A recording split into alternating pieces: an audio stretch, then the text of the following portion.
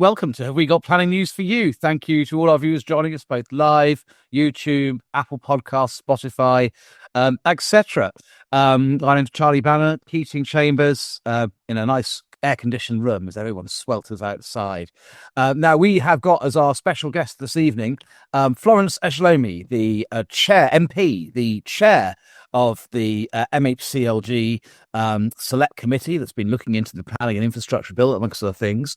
Due to her busy diary, we had to pre-record the interview with her. So she's not joining us just now, but she'll be in the second half of the show. And we're very much looking forward to sharing that interview with you all. Can I remind viewers to consider making a donation to one of our charities? We list them all on our website. We got planningnewsforyou.com. Or alternatively, please do just make a donation to a charity of your choice. Now, Thea, how are you doing?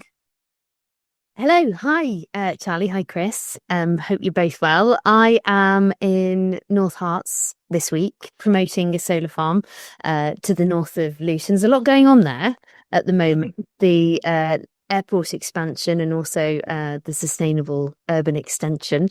And we're having some very, very interesting discussions about greenbelt policy and particularly the guidance on identifying grey-belt lands. So it's a good week. It's an interesting week. It's a warm week. Indeed. Well, I'm glad you're enjoying it. Chris, I bet you don't have air conditioning in that house. I don't, but with walls that are about 3 foot thick, I don't need it. I am sunburnt, mostly because I've been doing site visits. I've been doing so many site visits.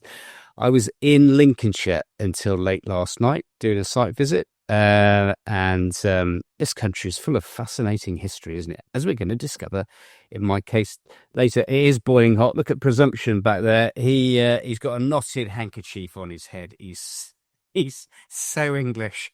I thought he was wearing your wig, Chris. I haven't got one in bleached white. Don't dye my wig. I can't think who that comment's directed at. You. Feel for the way it's real. It actually is real.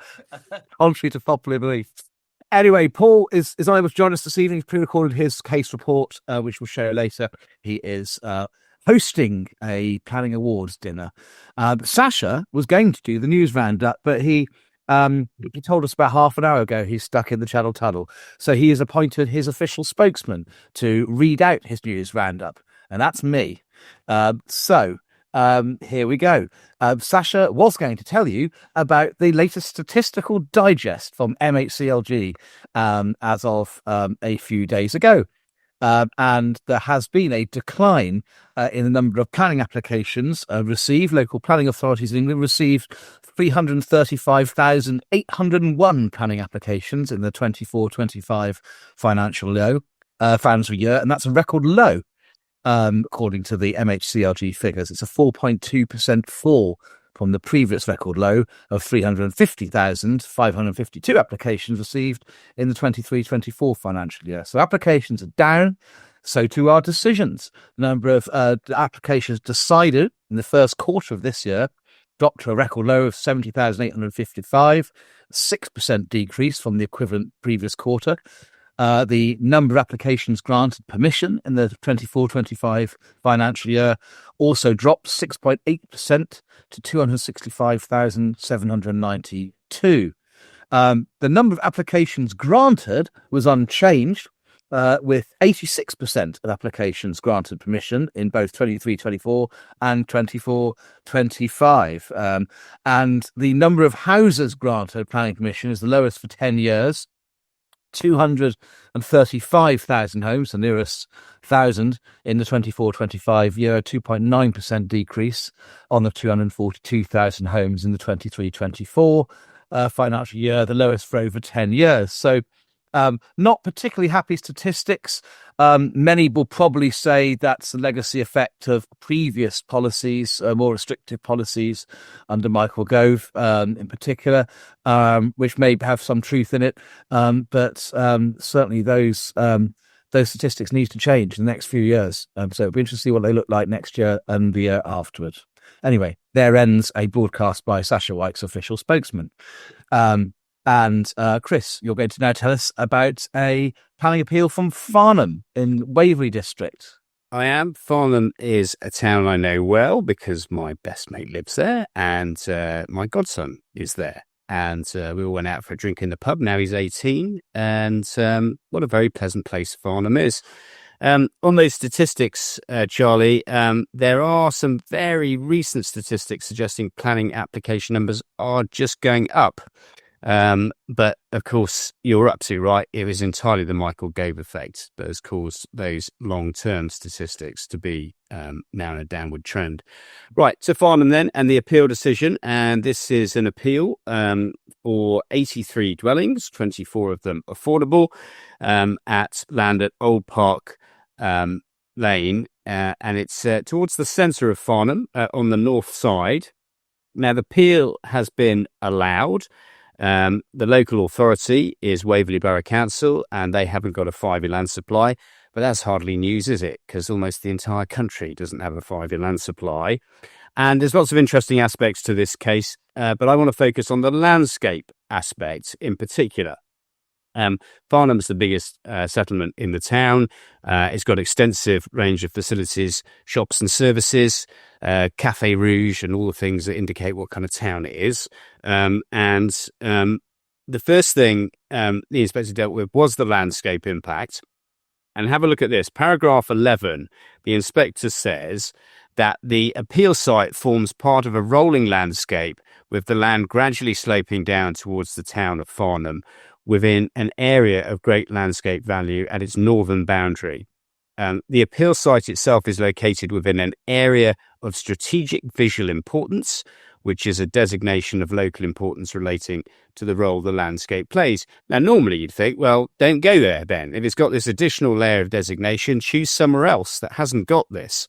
But the significance of this lies in just how much Waverley have tied up almost the entire borough in designations, because the inspector goes on, if we look at paragraph 14, to note that the appeal site is immediately adjacent to the residential area, which is the obvious place where housing should go. It rises in places towards Old Park Lane and Farnham Castle. The landscape within which the appeal site sits is not devoid from development, which I always think is important. Is it developed countryside or is it deep countryside? This has got lots of development around it, including the university buildings and residential development. So some important attributes there about why you might choose a site, and the rather blindingly obvious one that is on the edge of the town, which is the main town.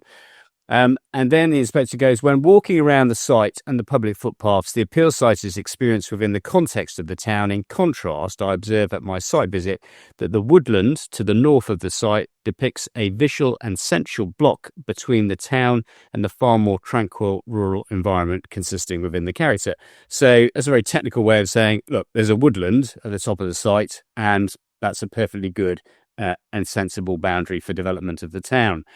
And then most interest, I think, paragraph 15, throughout the borough, the appellant must have put this point, throughout the borough, there are significant levels of high-quality landscapes, and these are covered by national designations. In addition to 77% of the land within the borough forming part of the national landscape, what we used to know as AONB, approximately 61% of the land within the borough is in the metropolitan greenbelt. And if you're any good at maths, you'll realise there must be some overlap in that.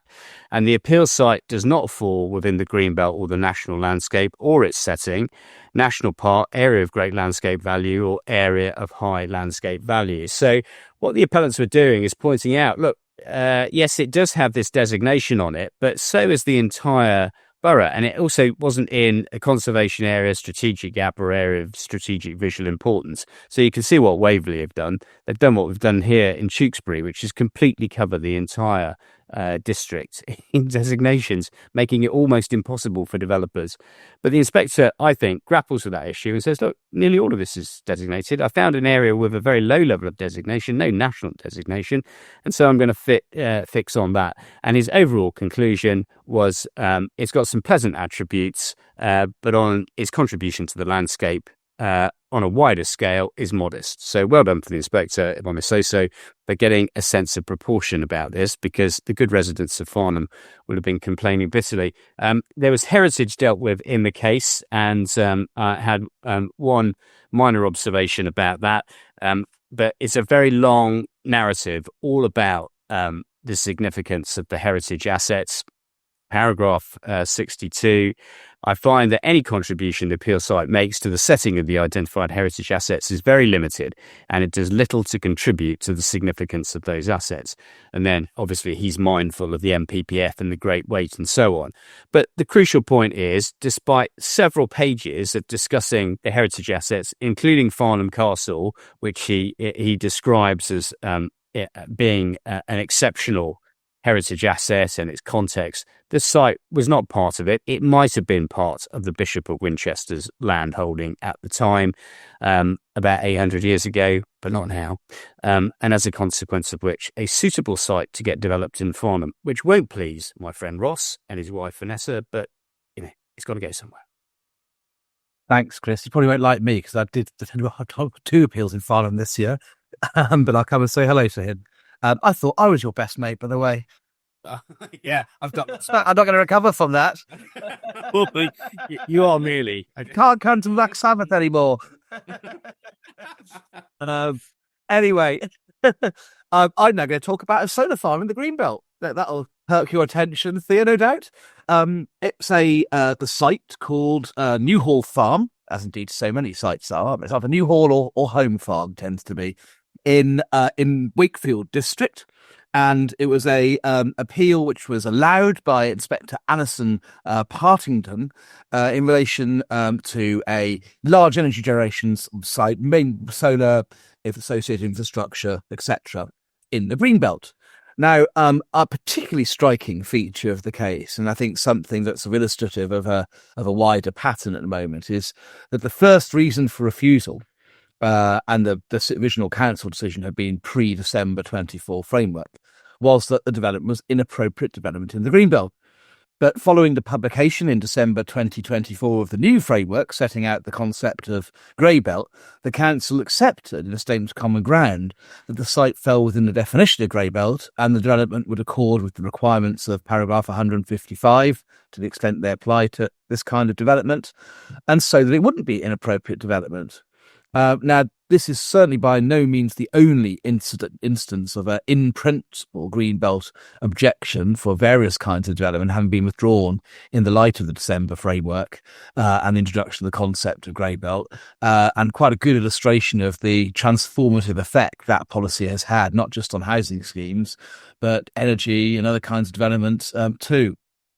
So once the Greenbelt objection was struck through, the main remaining issues related to loss of agricultural land, landscape character, visual effects, and the effect on heritage assets. There are relatively modest levels of landscape and visual harm identified, less than substantial harm at the lower end of the scale to one heritage asset, a scheduled monument.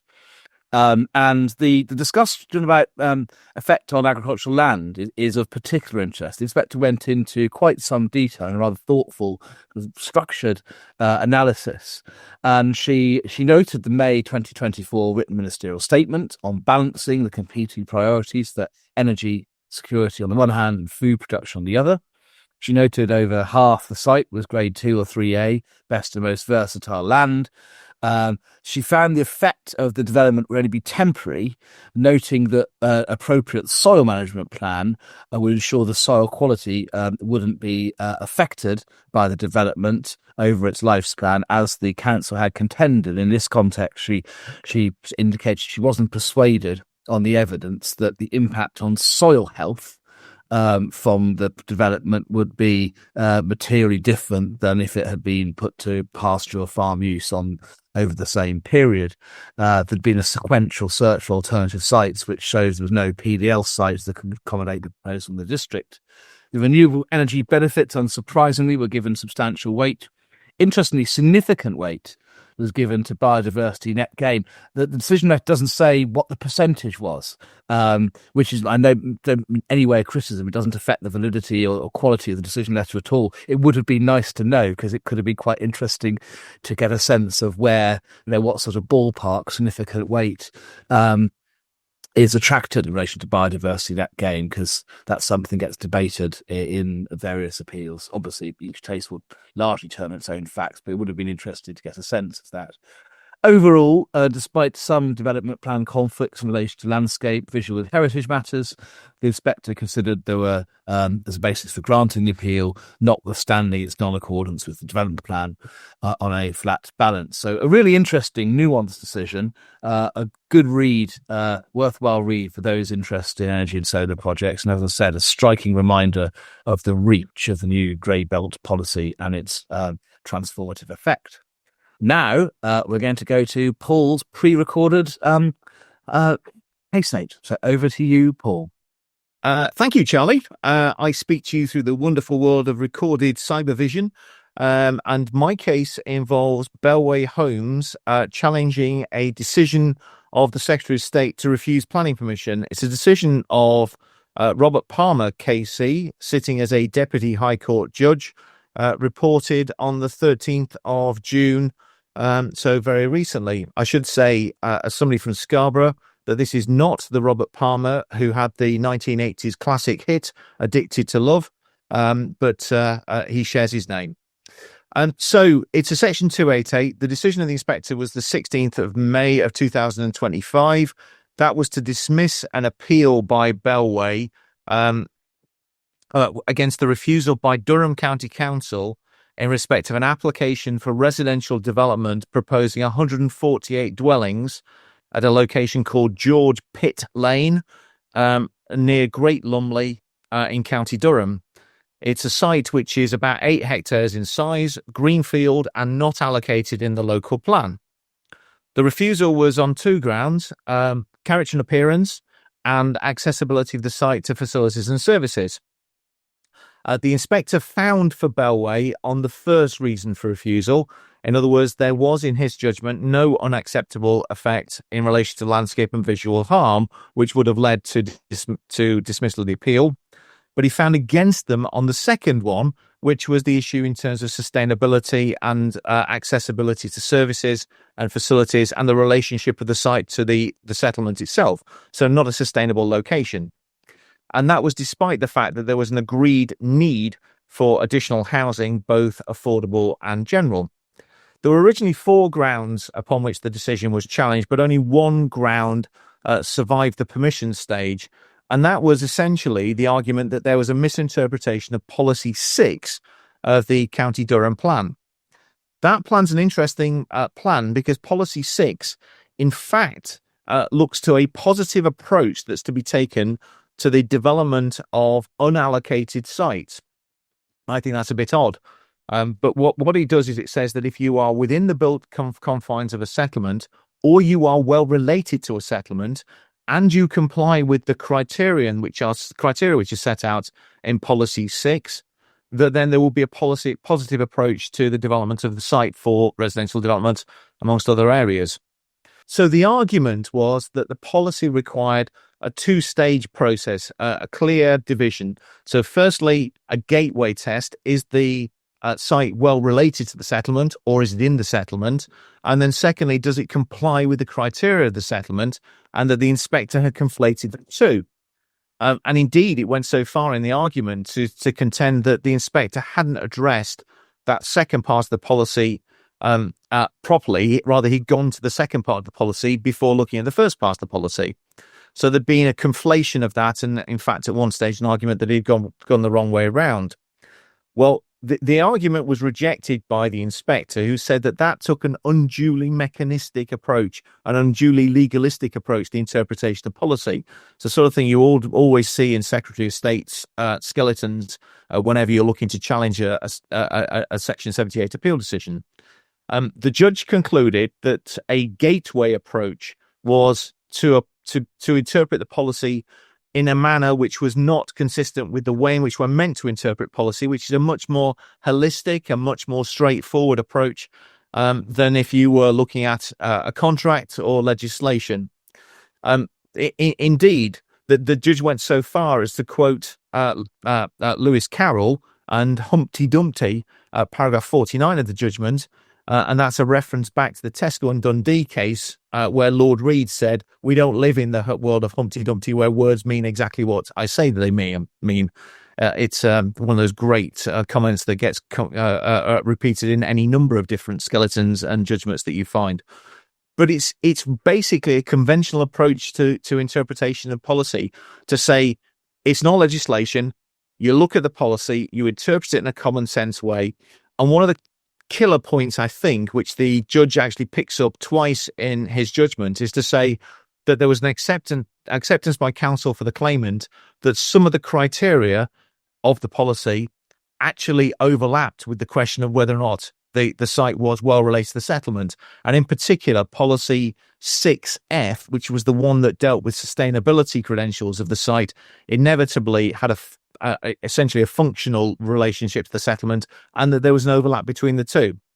So it's a comparatively conventional decision, but it's definitely a very forceful reminder that one should not construe policy in an overly legalistic way, or more importantly, if your challenge is based upon a fairly black letter law approach to policy, that the court's going to be quite skeptical to uphold that decision.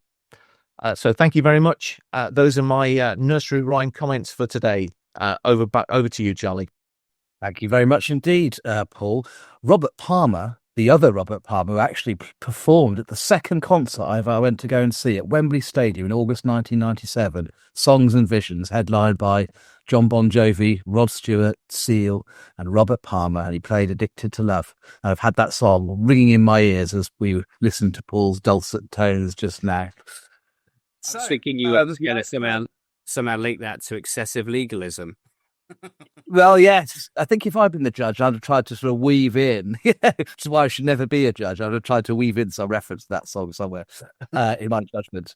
Anyway, without further ado, let's continue with our interview with Florence Eshalomi. So see you all next time. Hi, Florence. Good evening to you. Good evening. Absolutely delighted to have you with us. So I'll give a bit of background before we get into the questions that we've all got for you. You were born in Birmingham in the 80s. You grew up in London. You were councillor for Brixton Hill on Lambeth Council, serving in roles including Cabinet Member for Culture between 2006 and 2018. So almost 20 years in politics for you. And in 2019, you were elected as MP for Vauxhall with a significant majority. You've been Shadow Whip, Shadow Minister for Democracy, and since September 2024, you've been Chair of the Commons Housing, Communities and Local Government Select Committee.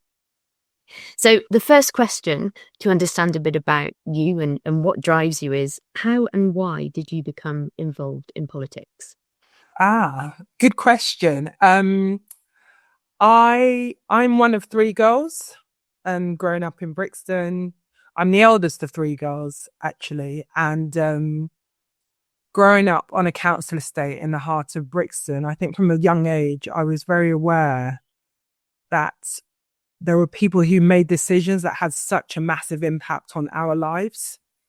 I wasn't aware then that it was politics, but what I did understand from that young age was that there was a body called the council that made these decisions that had such a big impact on all of us where we lived locally. And my late mum was someone who always made sure we went with her to the polling station. I'd always remember my mum would take my sisters and I to the polling station, and she'd always drum in our heads that when we are older, we've got to get involved, we've got to vote, because if you don't vote and you don't put your X on the box, you can't complain. So I think I was aware of, this thing called democracy from quite a young age. I think when I really understood the power of politics and getting more involved in politics was when there were some changes being proposed to our local area. The council were proposing to build on one of the adventure playgrounds, and that was our green space, that was our sanctuary, that was where we all enjoyed.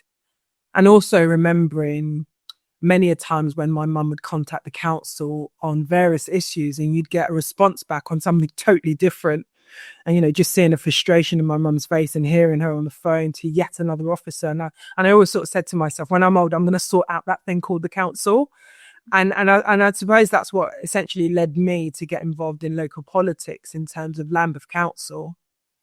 I still remember I stood outside the town hall on Brixton Road where I caught the bus to my secondary school in Streatham, looking at the council and thinking, when I'm old, I'm going to sort these guys out. I'm still trying to sort out local government. It's still trying to sort out Lambeth Council. But for me, it's about recognizing that essentially, if you're not involved and looking at how decisions are made, in effect, you can have things being done to you instead of with you. So for me, it's about making sure, I had a seat at the table at quite a young age, getting involved in local politics. I still remember when I got elected, a number of people were like, you're too young. What do you know? You haven't got a view. And we're still seeing that now in terms of young people's views are being dismissed. But for me, it's really, really vital. Local politics is where it starts. And local politics is where it started for me. So now you're where you are and you're the chair of the Select Committee. How and why did you become involved in the Select Committee? Getting elected in 2019, obviously as an opposition MP then, you could see one of the functions we had at our disposal as an opposition was scrutinising the government's key policies.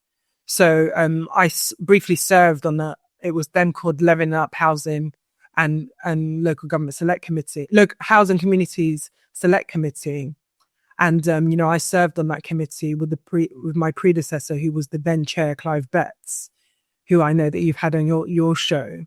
And serving on that committee, it gave me an element of really drilling down on some of the key aspects that the government were working on. And at that time, we were looking at stuff around building safety, obviously looking at, there was a proposed planning bill which never saw the light of day, being proposed by the then Secretary of State, Michael Gove. And for me, as an MP representing in a London constituency, housing dominates my inbox in casework. I would say housing is about at least 85% of the casework I receive as a constituency MP. So it's such a big issue. And it's something that, having had lived experience of temporary accommodation, lived experience of, living in B&B, it's something that I've always cared passionately and wanted to speak out about. So I got involved in the Select Committee then. I came off the Select Committee after I became a shadow minister, but it was really important in terms of looking at how we help as parliamentarians to influence and shape government policy. We're going to come on and have a look a bit more at the Planning and Infrastructure Bill and the way in which you've been involved in that. But for everybody listening, perhaps not everyone understands or knows, how does the Select Committee work? What's its membership? Yeah, so all select committees across the House, there are over 30 different select committees ranging on a number of different topics and subject areas. A number of them mirror the government departments and mirror the Secretary of State's with their responsibilities. So our Select Committee, Housing, Communities and Local Government, mirrors the Department for Housing, Communities and Local Government. So the Secretary of State that responds back to us is the Deputy Prime Minister, Angela Rayner, and her ministers. There are, I think, about 8 or 9 ministers across that department that report to us. And as Select Committee chairs, one of the powers we have is summoning the relevant secretaries of states and ministers before our committee to probe them and ask them questions on key issues of policies and within their respective departments. All select committees across the House, across Parliament, are all cross-party select committees. The chairs are elected by the whole House. We have elections after a new Parliament's formed. So I stood for election and other people stood for election and, lobbying and getting your colleagues to vote for you. So I feel quite humbled that I got support from right across the House, from cross-party members to be the new chair following the election. And in essence, we have the makeup of the committees is based on the makeup of Parliament in terms of proportionality based on the number of MPs for each political party. So majority of the select committees are Labour members because obviously Labour has the most MPs. So on our select committee, we have 7 Labour members, 2 Lib Dem members and 2 Conservative members, and a cross spread of members from right across different constituencies across the country. And how important is that cross-party composition for the Select Committee and what you're tasked with doing? It's really vital because a number of the select committees will look at key areas within their areas. And in essence, there are some areas where we have to come together as parliamentarians for the good of doing what select committees it says on the tin, in terms of scrutinising key government legislation and policies and holding ministers to account. So that can only happen if you've got cross-party support. So whenever I'm in my role as the chair of the Select Committee, I'm in my role as the chair, not as the Labour MP for Vauxhall and Camberwell Green. I take that role very seriously. So sometimes when people are watching the Select Committee proceedings, they might be thinking, well, why is she asking those difficult questions to another Labour minister? It's because I'm there in my role as the Select Committee chair, not as the Labour MP. And I think it is vital because, it's important to have checks and balances on what any government of the day, regardless of which government is in power, is doing. And I think select committees hold an important role in doing that on behalf of not just the House, but on behalf of constituents up and down the country. I'm interested in the select committee's role in the scrutiny. So obviously there's a stage where you hear oral evidence from experts in their field, and Chris popped along as well. But what are the other stages that you as a select committee undertake in looking at a bill like the Planning and Infrastructure Bill? Yeah. So with select committee roles in scrutinising bills, it's really important for us to have key witnesses appear before the committee. A number of witnesses and experts from different sections, different sectors, giving us their feedback. A number of those witnesses often send in written submissions, which we can use to help formulate some of the amendments, if we want to, as a select committee, put forward. So we have those evidence sessions. Another area that we as a select committee can do in scrutinising a bill is visits. So we can conduct select committee visits. To date, we've only been able to do one visit. We did a visit quite early on when the select committee formed to a refuge in Brighton as part of our looking at the issue around homelessness or rough sleeping. With the Planning and Infrastructure Bill, because that started and that's in train, we haven't been able to conduct a visit on this, but what we have been doing is just attending various events as individual MPs. So this is a process that will continue as the bill goes on. But I think one of the key areas we have as well is also questioning the relevant minister. So for the Planning and Infrastructure Bill, the minister with responsibility for this is Matthew Pennycook. So we've had him before the committee, asking him key questions. Some of these key questions have come from members who've attended our committees. Some of them are sent in written submissions. That helps us formulate and really make sure we drill down on detailed questions relevant to what the minister's proposing in his or her legislation, his or her bill, so that we get the best out of that hour and a half slot. So it's a process that's ongoing, and it's a process that's quite good and quite helping us making the bill more effective. And when you've gathered all of that evidence, what does that amount to? What's then your role in affecting or changing the bill and its provisions going forward? So one of the roles that we have as a select committee is that with any bills that fall under our department, when the bill's laid in the House, as select committee chair, after the minister's laid it and the opposition spokesperson has spoken, it's normally the select committee chair that can then speak to the bill. So I have the flexibility and liberty to then speak to the bill, highlighting some of the concerns that we've heard over the course of our committee, highlighting why we've tabled relevant amendments, highlighting what we'd want the minister to come back to us on. So, that's some of the key way that select committees can help to influence and shape the legislation. Ultimately, even if ministers do not accept any of the recommendations, it's about trying to seek meetings with ministers after the bill's been proposed.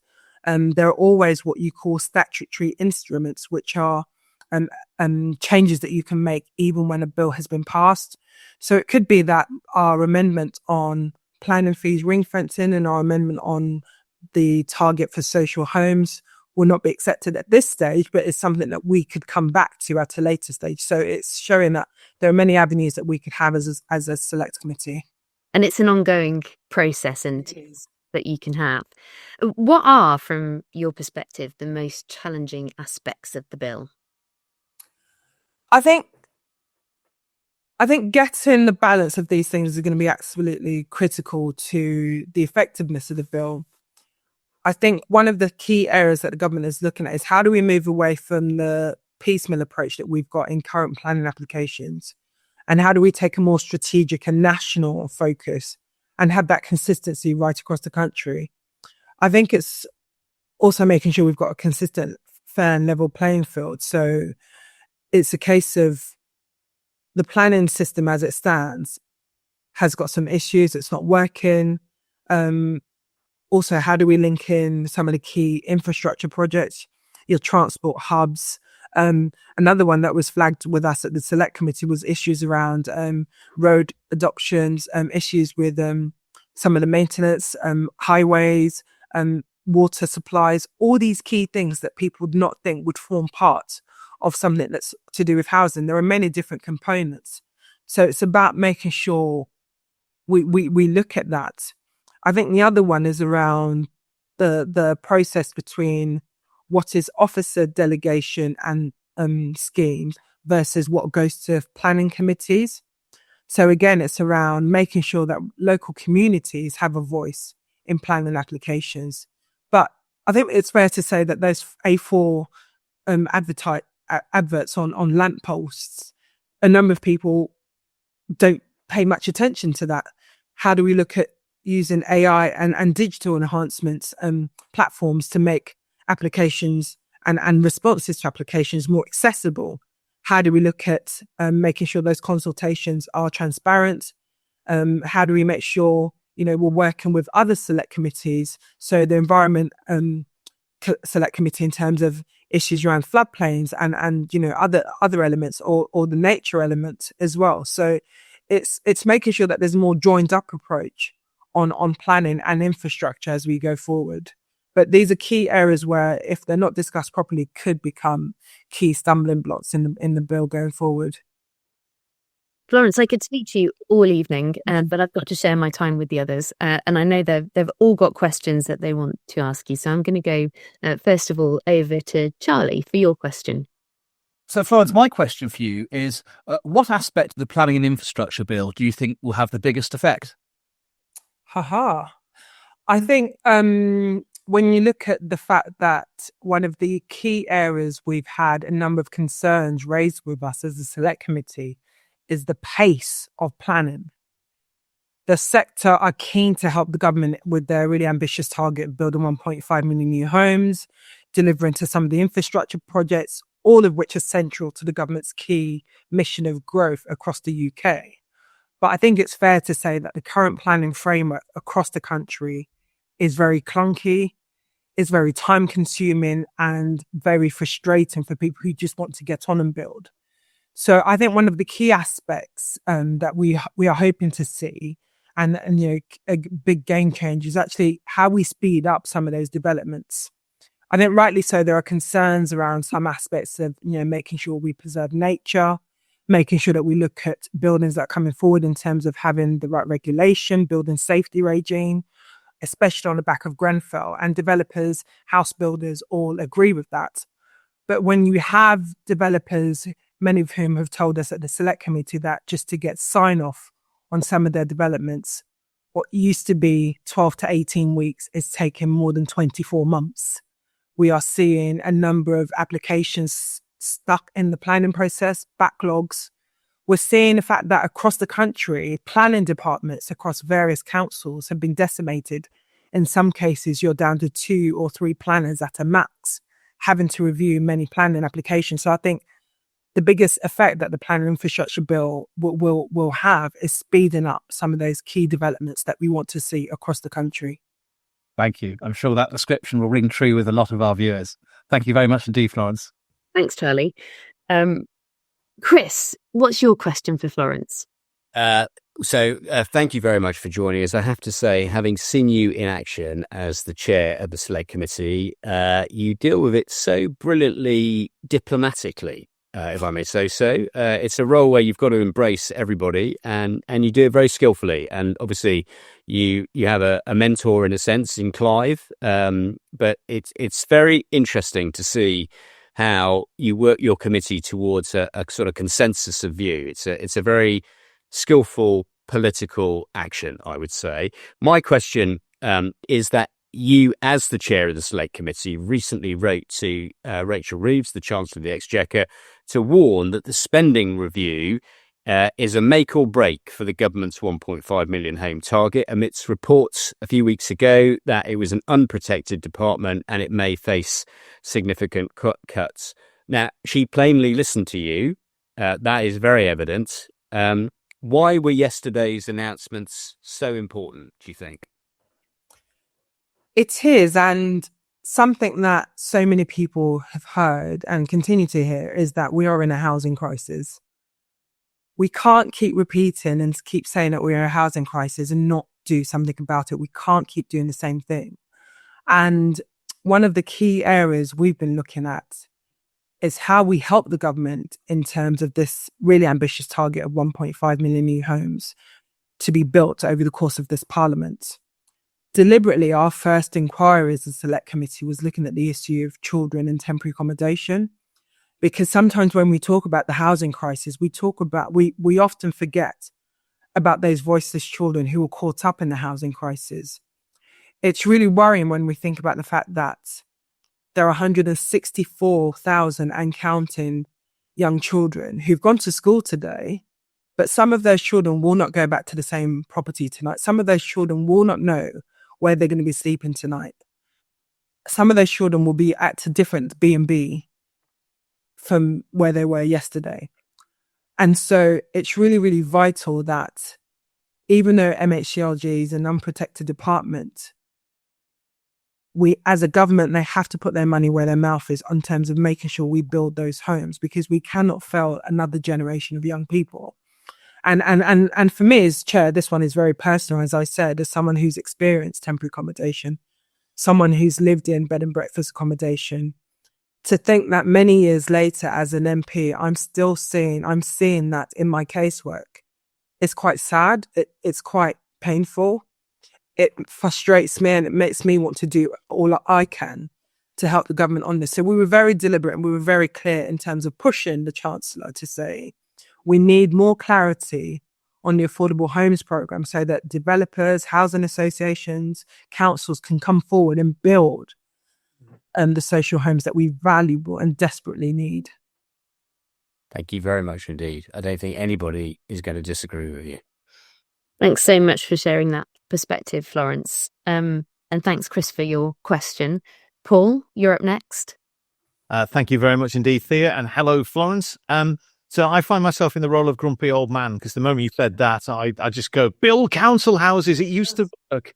But my question is sort of related to that approach. So at the start of my career, until about the millennium, the planning system wasn't subject to reform. And then we ended up with the demise of structure plans. We then had the rise and fall of regional planning. And what we've had is reform after reform after reform, and we've ended up with a system which is over bureaucratic, trying to do too much and just doesn't work properly. Do you think that there's a role for a good old fashioned royal commission on the planning system to come in to sort the whole thing out properly, rather than years of yet more piecemeal reforms based on good ideas? Or is that a role that the Select Committee could take over? I think about some of the issues we are looking at on the Select Committee at the moment. Successive Select Committees have gone over the same thing, so it's almost like history repeating itself. Our current inquiry is on sustainability of local government finance. The predecessor committee also looked at local government finance. We're going to be deliberating our responses and recommendations in a few weeks, and I wonder if they'll be far off what the previous committee and the committee before that highlighted. So I think in terms of planning as well, I think of the last parliament, 2019 to 24, where there was a lot of talk around legislation coming forward. You may remember some of the discussions around changes to community infrastructure levy, changes to communications and consultation processes, moving everything online. That quickly fizzled out and never saw the light of day. We now have a situation where you've got a new government who, to be fair to them, this is one of the first things that was on the government's agenda. The consultation to the national policy framework launched in July after the general election, received over 10,000 individual responses. So that shows you that there was appetite, across the sector, wanting to feed in, wanting to change this, because again, they're so frustrated that nothing's happened for far too many years. I think one of the areas which may help pull all of this together, which I hope that you and your colleagues will see will make a difference, will be around some of the work on the new towns, which, as you know, is being commissioned by, being spearheaded by Sir Michael Lyons. I think one of the areas where we've also looked at is, do we go back to some of the development corporations to cut through some of the red tape, cut through some of the bureaucracy and just get building? Is that a way to move forward? I think my worry is with an old-fashioned commission is just around timeframes of setting it up, appointing members on that, what would be the terms of reference. When I go back to what I just mentioned, in that we have a housing crisis now. Those children and families, the housing waiting list is 1.3 million. It's growing. Collectively, councils across England are spending £2.9 billion on temporary accommodation. In London alone, 32 London boroughs are spending £4 million a day. We cannot afford to wait. We cannot afford to wait even for that Royal Commission. So let's try and give what the government have proposed in terms of this legislation time to come forward. The New Towns Commission will report back end of July, I think Sir Michael Lyons said. So hopefully we will see some change before the end of this year, touch wood, she says. And I think I'm hopeful that something has to change. And I think the other thing is around making sure that Matthew Pennycook, as the housing minister, is not allowed to resign, because we need stability within the sector. Everyone needs that. We've had, I think it's about 17 housing ministers since 2010. So it's about that stability to make sure, ministers are there to give confidence to the sector, to planners, to lawyers, everybody, that we are going to make sure that this is a priority for the government, for the Select Committee, and for us as MPs. Music to my ears. Newtown Commission's work. That's what I was doing at the start of my career in Warwick. Hundreds of houses, dead easy to deliver very rapidly. Music to my ears. Thank you, Florence. Thank you, Paul. Sasha, over to you for the last question, please. Thank you, Thea. Florence, I was really heartened by what you said about resources at local authority level, because of all of us, that I think there are two really important issues. That the failure of LPAs to properly be able to fulfill their planning function is just critical. And I spoke about this yesterday at the National Planning Summit, because we can have whatever policy we want, but without resources at a local authority level, we're always going to have problems. So I just wondered if your committee could really try and find a way to make it almost mandatory that LPAs devote the resources, have the resources to fulfill their statutory planning function. No, I think it's a key issue that's come up time and time again. I think initially, when I think the government mentioned that there'll be additional funding for around 300 more planners, that's just going to be a dent, as you know, in the scale of the challenge.